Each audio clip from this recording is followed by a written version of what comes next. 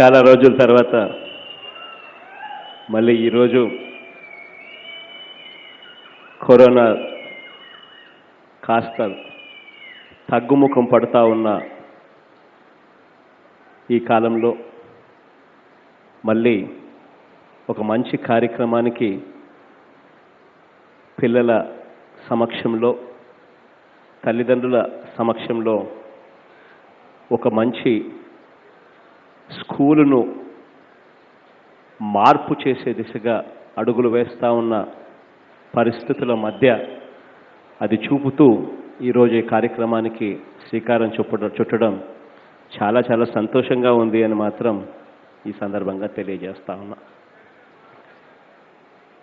ఈరోజు ఇక్కడికి వచ్చిన పిల్లలు, తల్లిదండ్రులు, అక్క చెల్లెమ్మలు, రాష్ట్ర వ్యాప్తంగా ఈ కార్యక్రమాన్ని చూస్తూ ఉన్న ప్రతి అక్కకు, ప్రతి చెల్లెమ్మకు, ప్రతి అవ్వకు, ప్రతి తాతకు, ప్రతి సోదరుడికి, స్నేహితుడికి మనసారా హృదయపూర్వకంగా కృతజ్ఞతలు తెలుపుకుంటూ ఈ కార్యక్రమానికి ముందడుగులు వేయిస్తూ ఉన్నాం.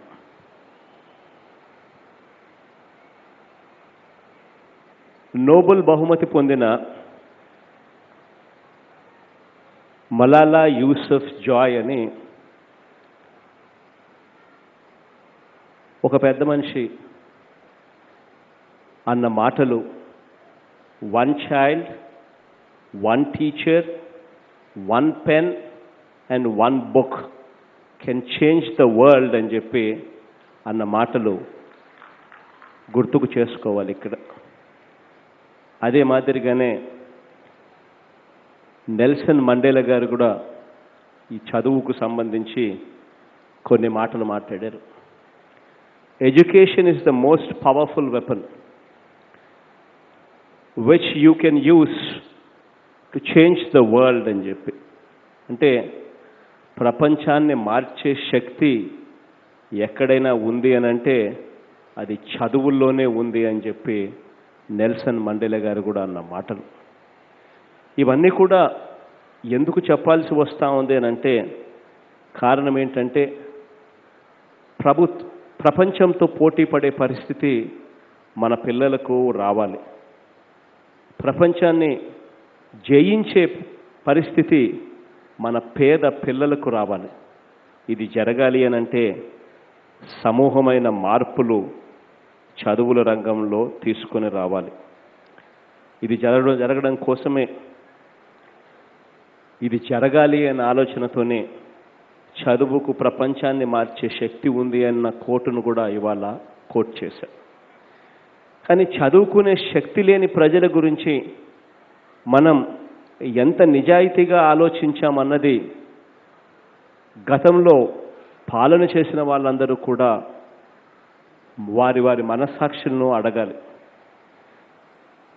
చదువే తరగని ఆస్తి, చదువే ఏ దొంగలు కూడా ఎత్తుకుపోలేని ఆస్తి, చదువే తరతరాల వెనుకబాటును తీసేసే ఆస్తి, చదువే మన బ్రతుకులను మార్చే ఆస్తి అన్నది తెలిసిన సంగతి తెలియబట్టే, దానికి ఆ శక్తి ఉంది అని అవగాహన నాకు ఉంది కాబట్టే ఈరోజు ఈ అడుగులు వేస్తూ ఉన్నాం. చదవకూడదని ఎవరు అనుకోరు. తమ పిల్లల్ని ఎవరైనా కూడా, ఏ తల్లి ఏ తండ్రి అయినా కూడా గొప్పగా చదివించాలనే ఆశపడతాడు. పుట్టిన ప్రతి బిడ్డ మీద తల్లిదండ్రులకు ఎన్నో ఆశలుంటాయి, ఎన్నో కలలు కూడా ఉంటాయి. అయినా ఒక తల్లి, ఒక అక్క చెల్లెమ్మ తన పిల్లలను ఎందుకు బడికి పంపించలేకపోతా ఉన్నది అని ఆలోచనలు చేయాల్సిన పాలకులు ఆలోచన చెయ్యని పరిస్థితుల మధ్య ఈరోజు ఈ కార్యక్రమం అడుగులు ముందుకు పడతా ఉన్నాయి. ఒక పిల్లవాడు, ఒక పాప ఎందుకు బడి మానేస్తున్నాడు అని ఏ ఒక్క పాలకుడు గతంలో ఆలోచన చేసిన పరిస్థితి కూడా ఎక్కడా లేదు. స్వతంత్రం వచ్చి 73 సంవత్సరాల తర్వాత కూడా 34% మందికి చదువురాని పరిస్థితిలో ఈరోజు మన రాష్ట్రంలో ఉన్నారు అనంటే దానికి కారణం ఏంటి, వాళ్ళ బ్రతుకులు ఎలా మార్చాలి అని గత పాలకులు ఎవరు కూడా ఆలోచన చేయలేదు. కాబట్టి ఈరోజు ఆ దిశగా అడుగులు వేస్తూ ఉన్నాం. ఒక పేద తల్లి మనసు, ఒక పేద పిల్లవాడి పరిస్థితులు, మార్కెట్లో మంచి చదువులు చదవాలని అన్నా, ఇంగ్లీష్ చదువులు చదవాలన్నా అది ఒక కాస్ట్లీ సరుకుగా మారిన పరిస్థితులు, తల్లిదండ్రుల సామాజిక ఆర్థిక విద్యా నేపథ్యం ఇవన్నీ పిల్లలను చదువులను నిర్ణయిస్తాయి. ఇవన్నీ కూడా మారినప్పుడే చదువులు కూడా పిల్లలకు చదివించే కార్యక్రమం కూడా గొప్పగా అడుగులు ముందుకు పడతాయి.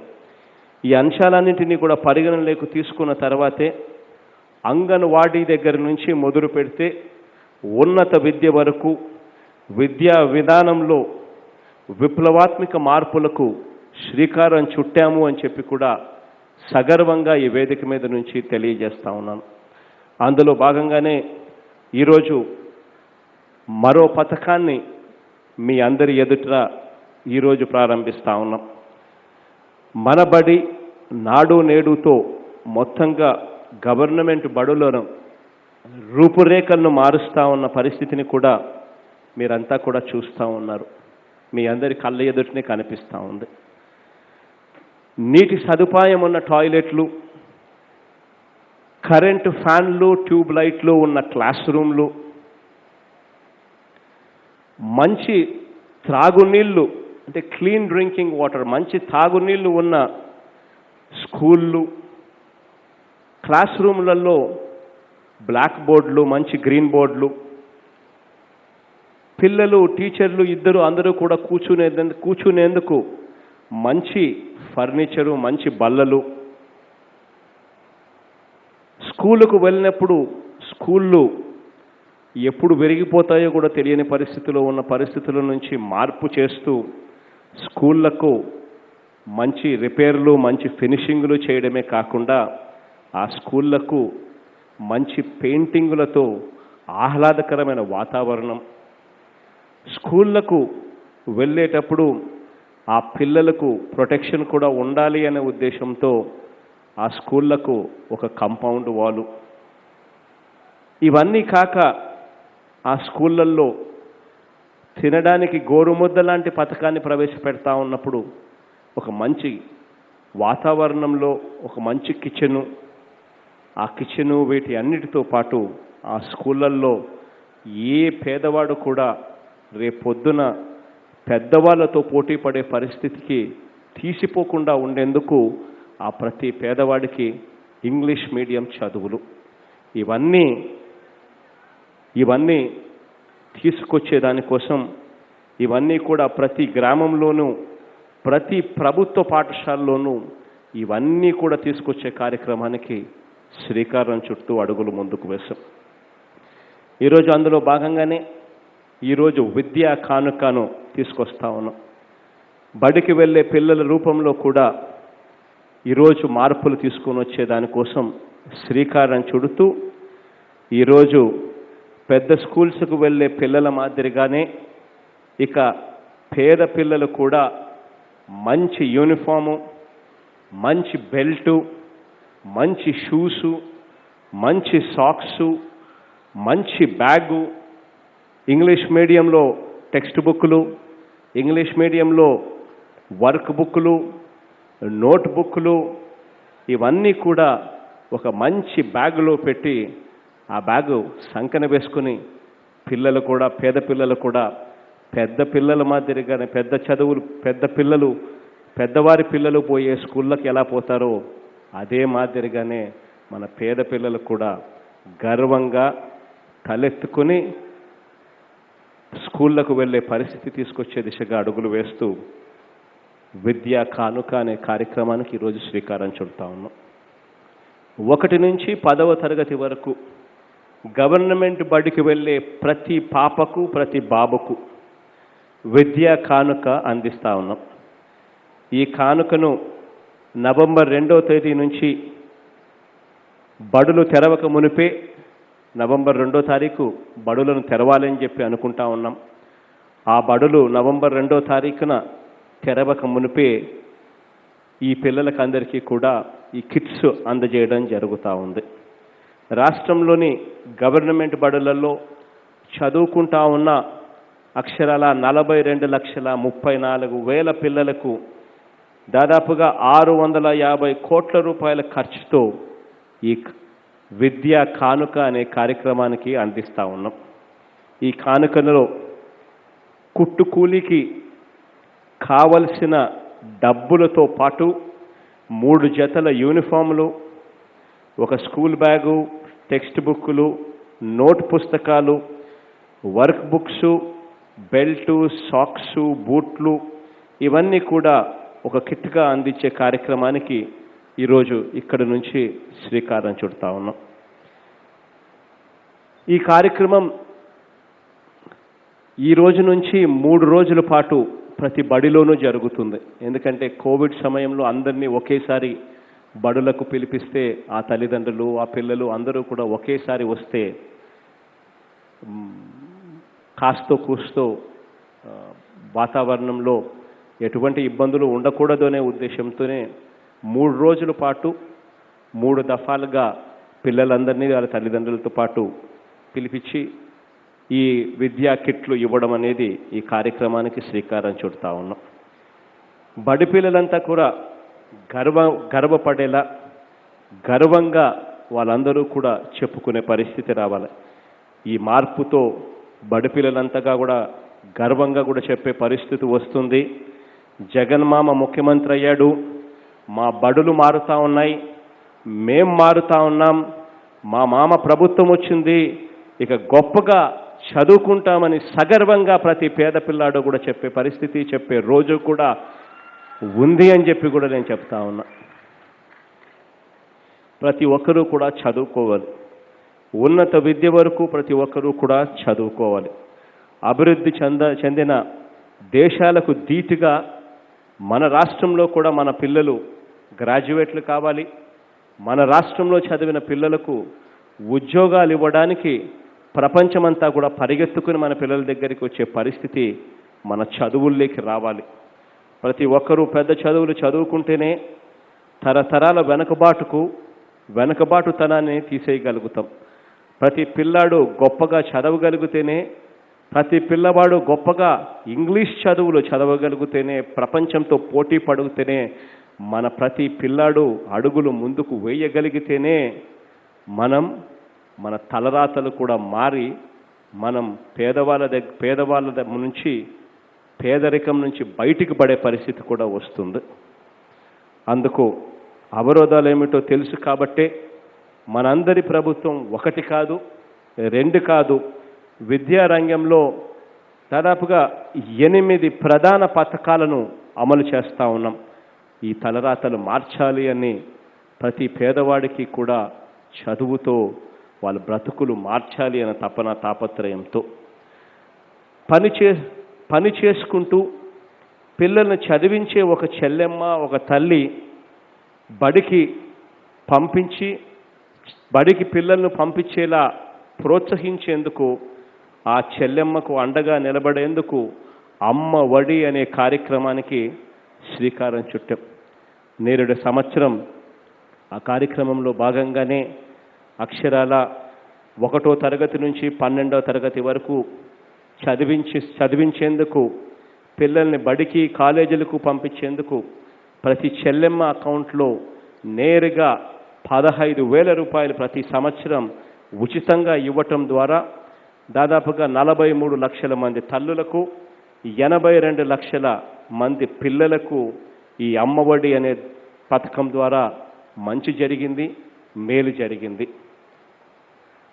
ఈ కార్యక్రమం మళ్ళీ ఈ సంక్రాంతికి ముందు మళ్ళీ జనవరి 9వ తేదీన మళ్ళీ ఒక పండుగగా ప్రతి తల్లికి ఈ అన్న ప్రతి చెల్లెమ్మకు అండగా తోడుగా ఉంటూ మళ్ళీ అమ్మఒడికి జనవరి 9వ తారీఖున శ్రీకారం చుడతాం. 2వసారి కూడా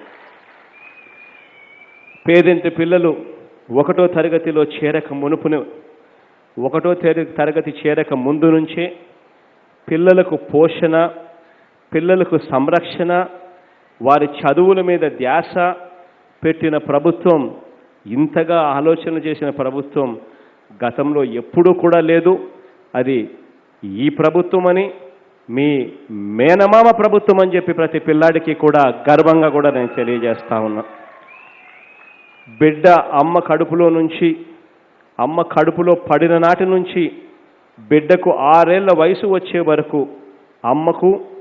అమ్మతో పాటు ఆ పేదింటి పిల్లల సంరక్షణకు, చివరికి సంపూర్ణ పోషణం అనే పథకాన్ని కూడా తీసుకొచ్చి ఆ తల్లులకి ఏం కావాలి, ఆ గర్భిణీ తల్లులకి ఏం కావాలి, ఆ పిల్లలకి ఏం కావాలి, ఆ పిల్లలు మానసిక వికాసానికి ఏం కావాలి అని చెప్పి అంతగా ఆలోచన చేసి ఆ పిల్లల కోసం అని చెప్పి గతంలో ఆ పిల్లల చదువులు, ఆ పిల్లల తిండికి పౌష్టికాహారం కోసం గతంలో సంవత్సరానికి 400 కోట్ల రూపాయలు కూడా ఖర్చు పెట్టే పరిస్థితి లేదు.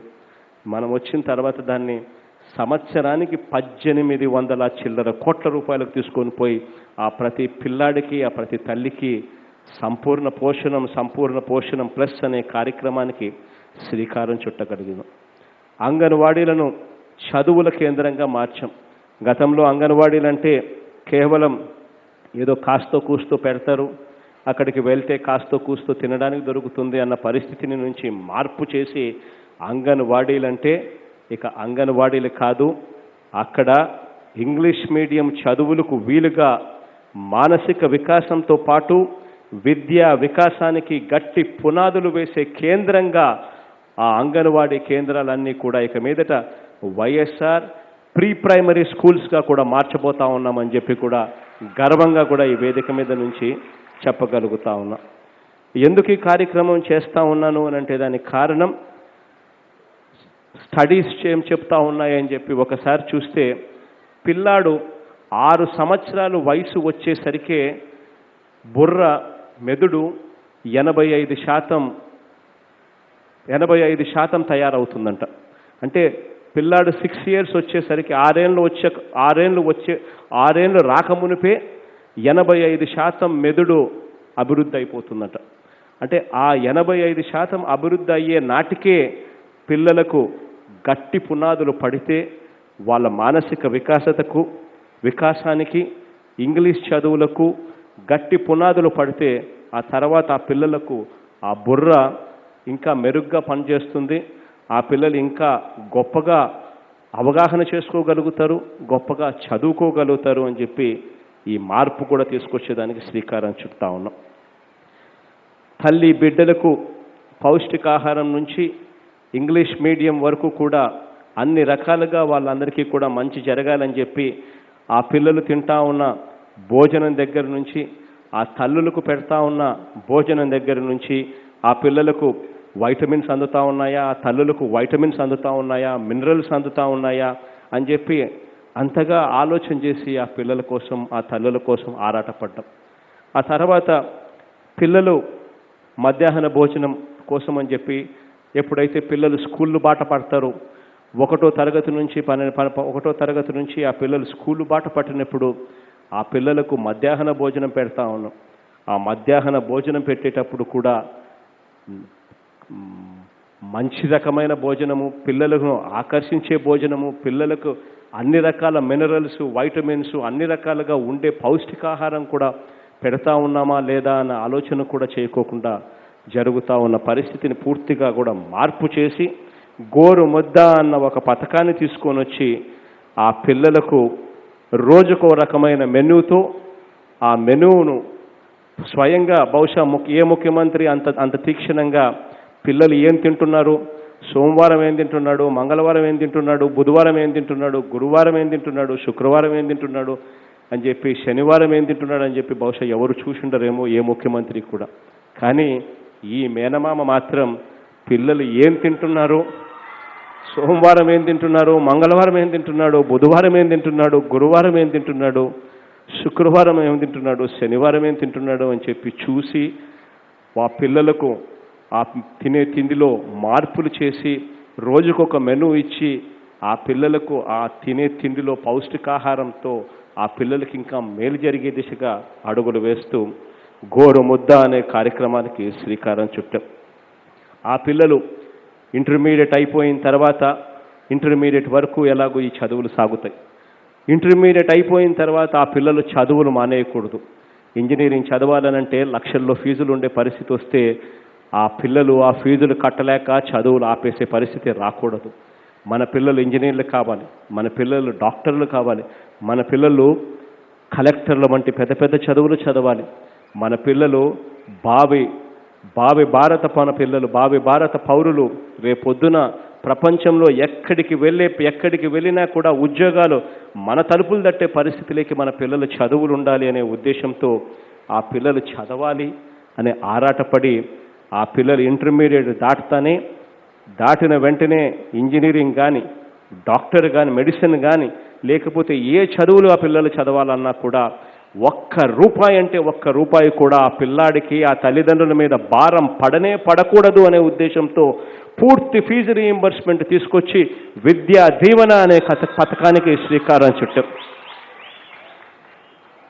పూర్తిగా విద్యా దీవెన అనే పథకంతో పిల్లలకు పూర్తిగా చదువులు ఉచితంగా చెప్పించడమే కాకుండా ఆ చదువుల క్వాలిటీని కూడా పర్యవేక్షిస్తూ ఆ చదువుల క్వాలిటీలో కూడా పిల్లలు ఏదైనా చదివేసరికి ఆ తర్వాత ఉద్యోగాలు వచ్చే విధంగా చదువులు ఉండాలి అనే ఉద్దేశంతో హైయర్ ఎడ్యుకేషన్ కరికులమును కూడా మార్చడానికి ఏం చేస్తున్నారు అని చెప్పి కూడా వాళ్ళ మీద రెగ్యులర్ రివ్యూలు తీసుకుంటూ చదువులు కరికులంలో కూడా మార్పులు తీసుకొచ్చే దిశగా కూడా అడుగులు వేశామని చెప్పి కూడా గర్వంగా చెప్తా ఉన్నా.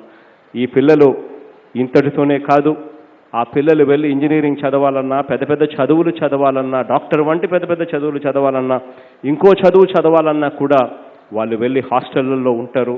ఆ హాస్టల్ ఖర్చులు కూడా పెట్టుకోలేని పరిస్థితిలో చాలామంది తల్లిదండ్రులు ఉన్నారు. ఆ తిండికి కానీ ఆ హాస్పిటల్ ఖర్చులకు కానీ పిల్లలకు ఎటువంటి ఇబ్బంది పడకూడదు, ఆ తల్లులు అవస్థ పడకూడదు అనే ఉద్దేశంతో నేరుగా ఆ తల్లులకే సంవత్సరానికి 2 దఫాలుగా నేరుగా 20,000 రూపాయలు ఇచ్చే కార్యక్రమానికి కూడా శ్రీకారం చుట్టాం. 10,000 నుంచి 20,000 రూపాయల దాకా ఒక్కొక్క కోర్సుకు నిర్ధారించి ఐటీఐకి ఇంత, పాలిటెక్నిక్ ఇంత, ఇక మిగిలిన డిగ్రీ చదువులకైతే ఇంత అని చెప్పి 10,000 నుంచి 20,000 రూపాయలకు ఇచ్చేదానికి శ్రీకారం చుట్టాం. ఇదే వసతి దీవెన అనే కార్యక్రమం ఇప్పటికే 10,000 రూపాయలతో దాదాపుగా 1,200 కోట్ల రూపాయలు ఇప్పటికే ఇవ్వడం జరిగింది.